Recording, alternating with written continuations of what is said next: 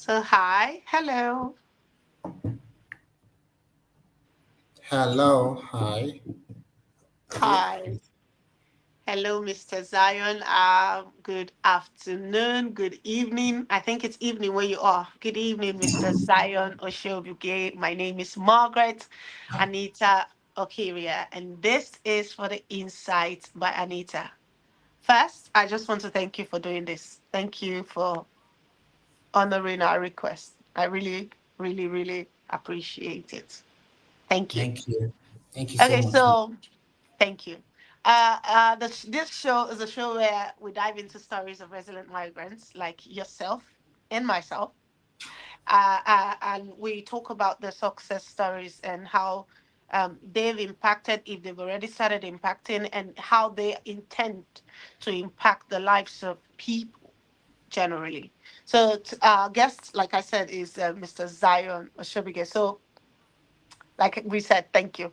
Mr. Zion, can you tell us a little bit about yourself? I don't want to jump in until I don't want to read about I don't want to be the one to tell your story. You don't want it to Please. be a readout. Exactly. I don't want it to be a reader. Then it's safe. Who are you? Could you please tell us a little bit about yourself? Thank you. Okay, so I am my main aim in life or is to help young people gain clarity and to help children see possibilities. I'm someone that I have gone through I run a foundation called Clever Minds Educational Foundation, where have two schools for children that are orphan and underprivileged. I am a lover Wow. of Jesus Christ. I use education as a tool, but then Jesus is my message.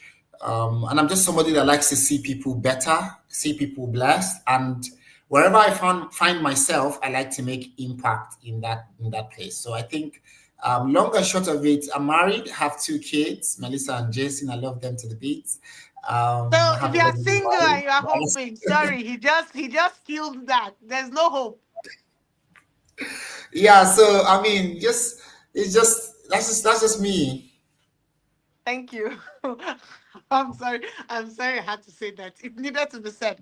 Okay, so but that's amazing. I'm happy that you put that out there for the world to know that you're happy with your family, and that's beautiful.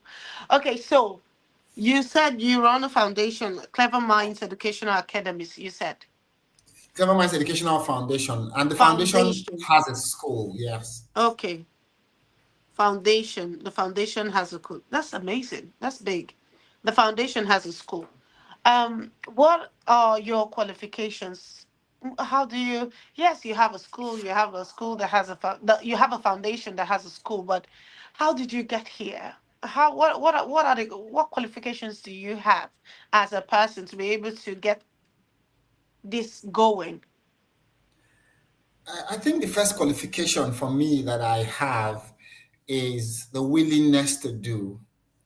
I'm talking about educational, but like first of all is the willingness to do, and secondly is just having a great heart of empathy towards people and towards children. I graduated as an engineer. I studied electronics engineering. Telecom is my specialization, and then I moved to the UK in 2022 November, to then further my studies. I currently hold a level 3 certification in education and training. I'm also a certified youth mental health first aider. I'm also a certified safeguarding lead. And I also hold certifications in, global entrepreneurship and human resources from CMIT in Canada. So Oh there are wow. lots of certification here and there, but really the most important certification to me is the fact that I had the willingness to do what I do, and then also having the heart to be empathetic towards children and young people. Wow. Wow. Okay, so there's a lot you mentioned that I didn't know before, but wow. Okay. I am so you wow. Wow is all I have to say. Wow. Wow. Miss Anita. Congratulations, sir. I am honored. I'm honored you're here. And I heard that let me just chip this in. I heard that you just bagged a new position somewhere. I'm going to say it. Yes, I will say Okay. it. I Okay, would say, so could you just please tell us a little bit about that because that's the hottest one now. okay, so I am currently the senior special assistant to the Edo State Governor, His Excellency Senator Monday Okpebolo. Um, and yeah, that's the new one. And my portfolio is gonna be either on education or innovation, but that's yet to come. Or maybe a mix of both. I am so proud of you. You're Thank very you. young and you've achieved so much. That's Thank you. congratulations. Thank you Big so much. congratulations. I'm so Thank proud you. of what you're doing. I'm so proud of you. And we just want to use I just want to use this opportunity to thank the Edo State government for the opportunity given to you. I think it's a big one and I think it's a step in the right direction. Um uh so at what point, I know you have a passion to help people, but what at what point did you decide that okay, maybe I'm going to go into this? Yes, you have all the certifications you've mentioned, and I think they're good, they're useful, obviously they're needed, but for one to begin to want to get these certifications and want to begin to want to help, something special, something unique may have happened in your life that sparked that up. What happened that changed you from the regular Mr. Zion Oshobuge to this version of yourself that you are now? Okay, so it was. I think I remember clearly that it was maybe around 5 o'clock in the evening on a very good evening that I went to do motivation. So I went to give a talk somewhere, and I was Okay. driving back home, and all I could remember is that I had adjusted my rearview mirror. There was nobody coming behind me. There was nobody in front of me. I was driving close to about 40 minutes to my city, Warri Delta State, and the only thing I remember was that, right? I then saw myself that I had woken up in a hospital, right? And the nurse was looking at me after I stood up because she was eyes locked into mine. She was like, "You just survived a 9 hour coma." I woke up in a pool of blood. I woke up, and the car I was driving at that time totally is done with. I couldn't even use the car. If anybody had followed, even they started spreading pictures of me. They said I was dead, right? Because um, the doctor had signed out to say the kind of blood I'd lost. If you look at my ear, it's not very complete now. That I couldn't make it anymore. But the nurse stood by my bedside, and the nurse said she's just going to wait it through to see if I breathe again, if I Mm. come out again. And I never forget her. Her name is Margaret. She Ah, then. that's good. My name is Margaret as Are you well. serious? I thought it was Anita. so, Oh my God, um, I'm so happy.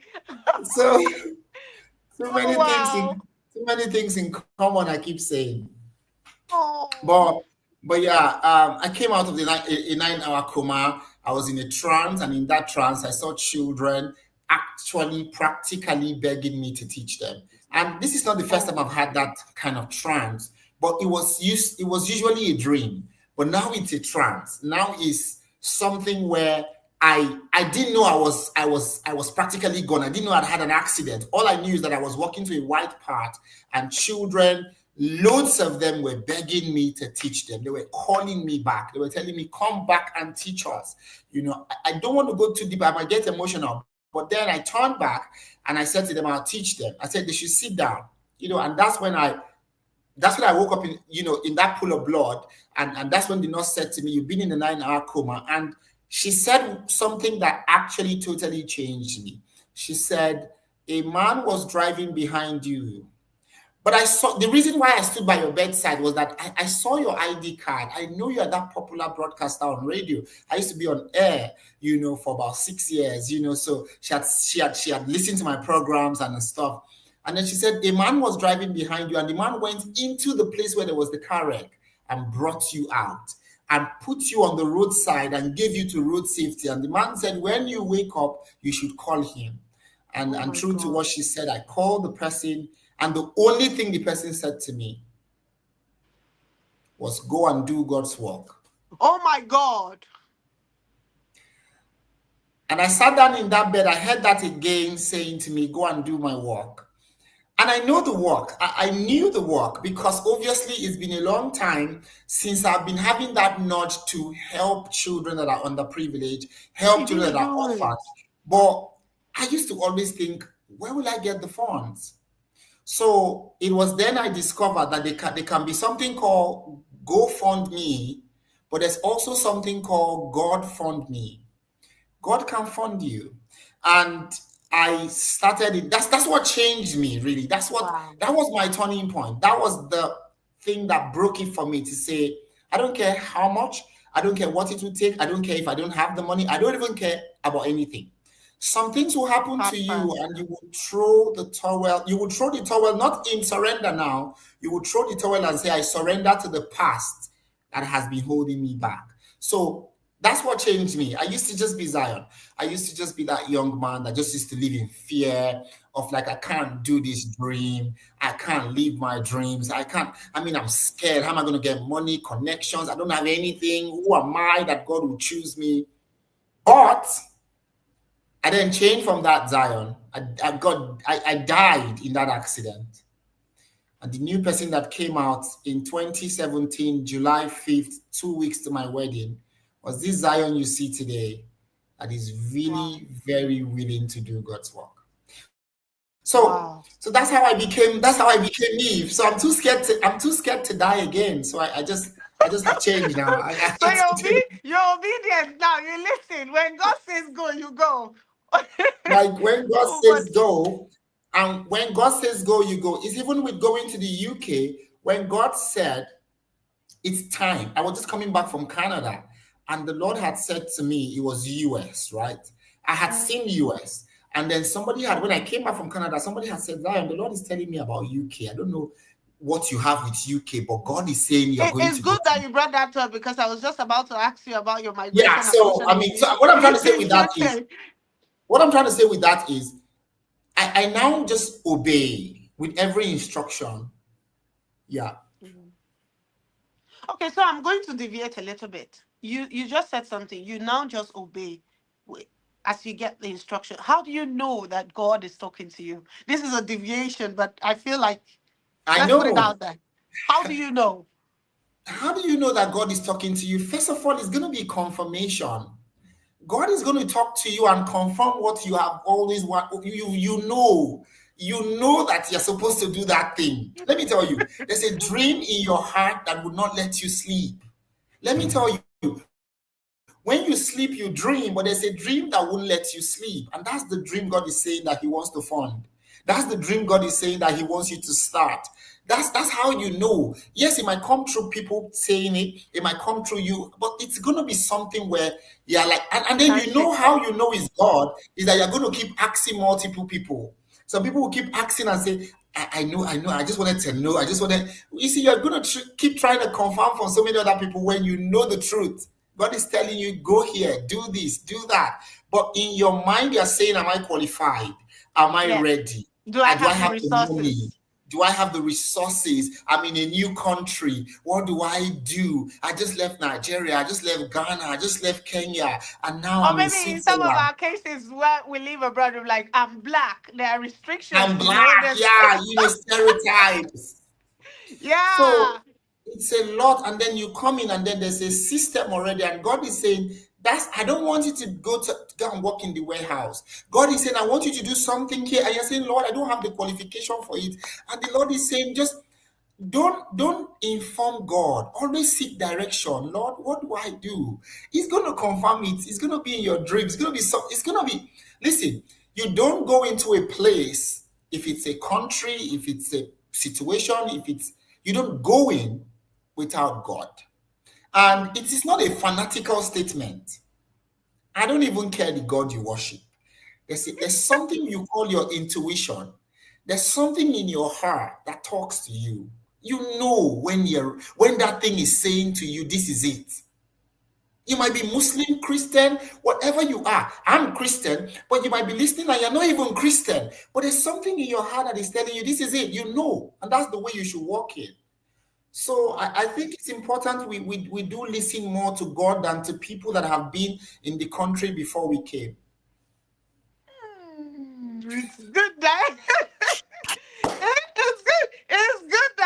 that because a lot of people go, oh, I've been in this country 20 years. I advised him. He did not listen. Hello. Yes, your advice may be good, but what is God saying? Okay, so you you made a major move to the UK. You said you were Yeah. coming from Canada and you just knew and then you followed it. And okay, so now I know what prompted it. The decision was you knew in your spirit, man, you knew that you were supposed to go there. How did you do you do any foundation? Do you do any work with the youths now in the UK? And how did that come about? How did you bet that? So I mean, now I do. Now I just started a CIC. It's called a CIC, a community interest company, to start Okay. to do work with young people in the UK. And that came out of prayer, out of even being fed up of my job. Because I came into a system where you have to work 9 to 5. I came into a system where they say this is how it has always been. But I have worked in that system now for 1 year, 2 months. I've been in that system for 2 years, and I've worked for 1 year, about 2 months, and I still felt that nudge in my spirit to say it's time to quit. It's time to quit. It's time to do what you've always loved to do. You're the same person, but in a different country. You're still the same person. You still have the same. One of the things. So how did I still work with you? I want to start working with young people. I've been a lecturer in the UK for 1 year and 2 months, and I've worked with young people. And but my work now, I've resigned from being a lecturer. People said to me, "That's a beautiful job. Why did you resign?" But then I've resigned from that to go into the communities.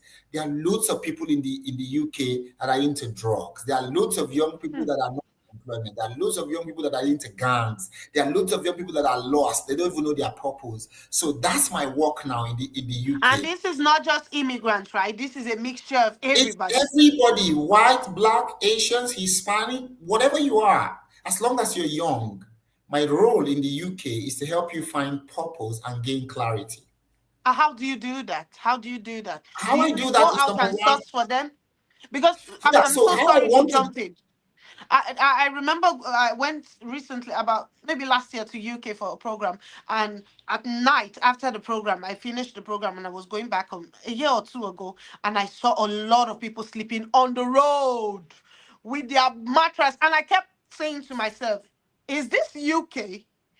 Is this UK?" That's me. I kept saying to myself, is this UK? I was so disappointed. Like, this is UK. This is the land of the Queen. What the is going on here? Like, people with mattresses, you could see that they were homeless. And I kept thinking, how are they eating? Why are they here? Why can't the government do something about them?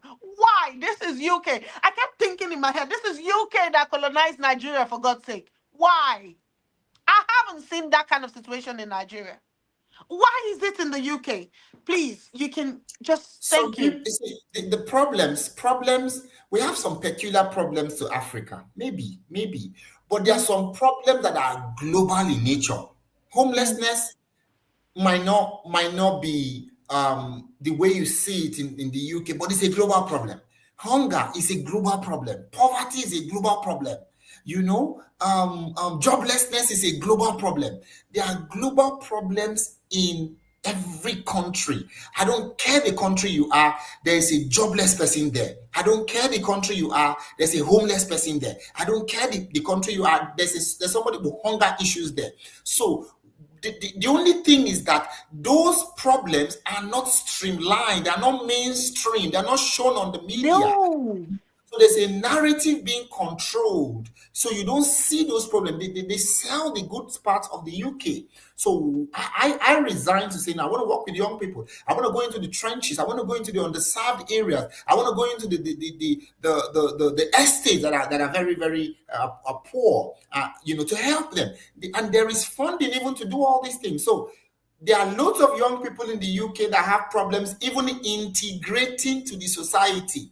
Lots of them are young offenders, gone to prison, can come out from prison, can no longer work because nobody wants to employ you once you've done Once an you have offense. a record, I get You have that. a bad record. So, but these are still human beings that we still need to work with. So, what I'm saying in essence is somebody might sit down and say to themselves, if I travel, that's when my life will be better.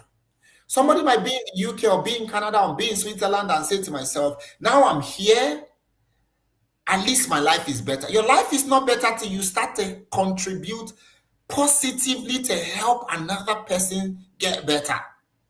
Till you start to do your assignment. And you know your assignment is not to work 10 jobs. And You then know your send money back home to build houses you don't live in. that's not the assignment. That's good if you want to do that, if you choose to do that, bless you. But the real assignment, you know it. Some of you listening to me, your real assignment is to sing.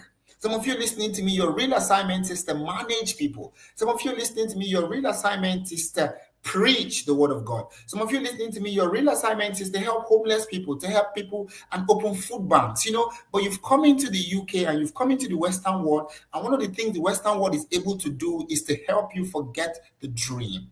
Yep.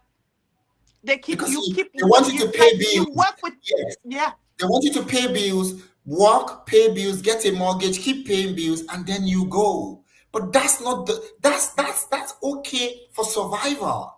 But that's not okay for that thing you've been called to do. You left Nigeria with a dream. You left Ghana with a dream. You left Kenya with a dream. You left that country you left, Afghanistan, Morocco. You left the country having a dream.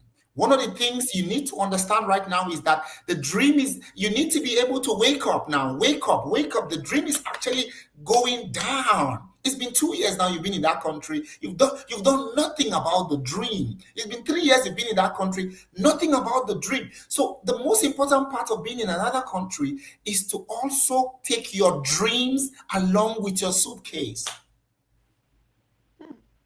Wow. Wow. Wow. Wow. You're talking and I'm realizing that we both have a whole lot in common. Guess what burnt Huge. this the insight by Anita? I was listening to Apostle, is he Apostle now? Femi Lazarus, and he said something. Now, I've been in Sweden for some years, and yes, I had a good job, a relatively good job, if you put it. And I remember my husband was like, "Oh, you have to." I had a good job. Like I was not doing badly. I got into the system because I had qualifications as a teacher. I had worked for some years. It was easy to get a job as a teacher within the educational sector and all of that. So people just they just wanted, oh, just follow that line and all of that. But anyway, as I said, I was listening to Femi Lazarus, and he said one thing that he traveled to the UK, I think, or to America to see somebody, and the person was lamenting, "Oh, there's no job, there's no job." And then he looked at the person and said, "Do you have a phone in your hand?" The person said, "Yes." He said, "That's a job. Go and be taking pictures and put it on the internet. People will look at it." This is me coming back from work. At that point, I was not even working in the educational sector anymore. I was working within construction. I had gotten a very good paying job. I'm not talking minimum wage. I'm talking middle class. You're okay with your job. And I heard that and my ears went, "What? I have phones. I live in Sweden. There are beautiful places in Sweden. Why not start that?" Now, I started this thinking that I was going to go to beautiful places and take pictures and stuff. But that I had the willingness to say, "I'm so sorry, this interview is about you." But I just realized that the willingness to do, the But willingness the to interview go. is actually just about us talking. So, thank you for that. And then I started it, and then while I was discussing it with my pastor's wife, things started to drop. Like, and then I went somewhere. I was discussing it with somebody, and the person said, "Why not tell the stories of migrants?" And it started to come, and it made sense. It's making more sense, and I know that as I go on, it will make even better sense. But you are right. You don't have to. And then because I started this, I started to see the huge gap between migrants and people who are born in a certain country, who are already from that country. You see the very massive, gigantic gap between them when it comes to finance, even in getting jobs. And you see our people, you see migrants, not just our people. You come here and you're comfortable. Just don't get me wrong. In Sweden, every job you do is considered professional, but you're content. You're content as a cleaner. You are content, and you could even have a master's or a PhD. You are content with doing newspapers job. Why should you be content? You could do better. The system is put Forgive me, Lord, if I'm wrong, but being content is not a bad thing. I'm just saying, if you have the opportunity and the resources to be better, why not? Jump at it. Do something with your life. And I'm so back to your interview. I'm so glad that at least I've met somebody who thinks like me. How can you impact the lives of the people where you are positively? You can't just be a leech. You can't just be waiting for what can I get? How many jobs can I get? How many money? How much money can I do you get me? You're giving back. And that is one of the reasons when I spoke to the person who connected me to you, I was like, okay, he's giving back. And I listened to your interview also. He is giving back to his community. And he's not just giving back in Nigeria, he's giving back in Nigeria. And now he's in a foreign land, he's in the UK, and yet he found a way to be able to affect the lives of people there. And that's amazing. And that's big. I am so proud of you. I'll stop talking now. I talked to when I No, start. I just I think another thing is sometimes because yeah, people come from Africa and they come from a mentality where the ability to send money back home means you're yeah, rich. yeah, So people settle because they are able to send money back home. But yeah, the truth of the matter is that you'll be considered rich in your own right because you send money back home. But one of yeah. the biggest kind of poverty, one of the worst forms of poverty is poverty of ambition. And Hmm. that's what that's what a Western country will do to you. It will make you have poverty of ambition. You would not want to do more because obviously, I mean, if you were in Nigeria, you would actually save up money and build a house. You will save up money and buy a land because you're in a country now where you can get a mortgage. You just rest. You know, you're in a country now where there's no bother about who what you do. You can be a cleaner and nobody knows but that's not the dream you actually grew wanting to do. Nothing wrong with being a cleaner, but the problem is you can also clean up the dream that you've left dirty for a while since you came to the country. It's important you understand it that there was no way God would have created us and just put us on earth and said that he wanted us to be poor. And of all things he wanted us to be poor would be poverty of ambition. One of the worst forms of poverty is to be poor in ambition. The ability to try, the ability to say, how does the system work? How do people climb this ladder? How do people have this corporate job? How do people start their own businesses and foundations? Hmm. Wow. Wow. Wow. Wow. Hello, sir. Can you hear me? It's frozen. I can't hear you. It's breaking, please. Thank. Oh, wow. Can you hear me now? You are muted. Yeah, my Thank you. internet went off Welcome. for a bit. Well, Nigeria. welcome back. Welcome Yeah. back. Welcome back. Welcome back. So yeah, Welcome. that's Thank you. basically it's a lot, but you know, a migrant is not a useless person. A migrant is not a stupid person. Regardless of what anybody is talking about, tightening an immigration border or tightening an immigration, whatever they're talking about, understanding we are contributors. Migrants are people. Migrants are humans. We are expatriates in our own right. We are just living in a different country. I understand this. So you left a country, you were an expert in something. I don't care what that thing is. You were an expert teacher, you were an expert worker, you were an expert father, you were an expert mother. There was something about you when you left your country. So you are an expatriate, you are an export from your country to that country you are living right now. So being an expatriate means that you are valuable. So when you Yes. walk with your head high. Don't go even Yes. when you are doing that cleaning job and when you are doing that care job and when you are whatever job you're doing, let your head be high because it's temporary, Hmm. right? Very soon you would leave that job and do something else. Amen. Amen. Thank you. It's Well put. important. Well put. While we're okay, so I'll just phrase it this way. How many is there a number to the amount of children you is there a goal to the amount of children you have set to help maybe by 2035? Do you have like what is your let me rephrase it. What is your goal? What is your goal? Yes, you're helping children, but do you have like a number of people that you want to help? Is there a number to it? And is it restricted to just Nigeria, or are you spreading on across both in Nigeria and the UK? What is your goal from now My to life say 3035, 2035? Yeah, my lifetime goal is 20 million children. I mean, but in 20, between now and 2035, I hope to help at least 20,000 children, mentoring them or 20,000 or providing. 20 million? The 20 million is the lifetime goal.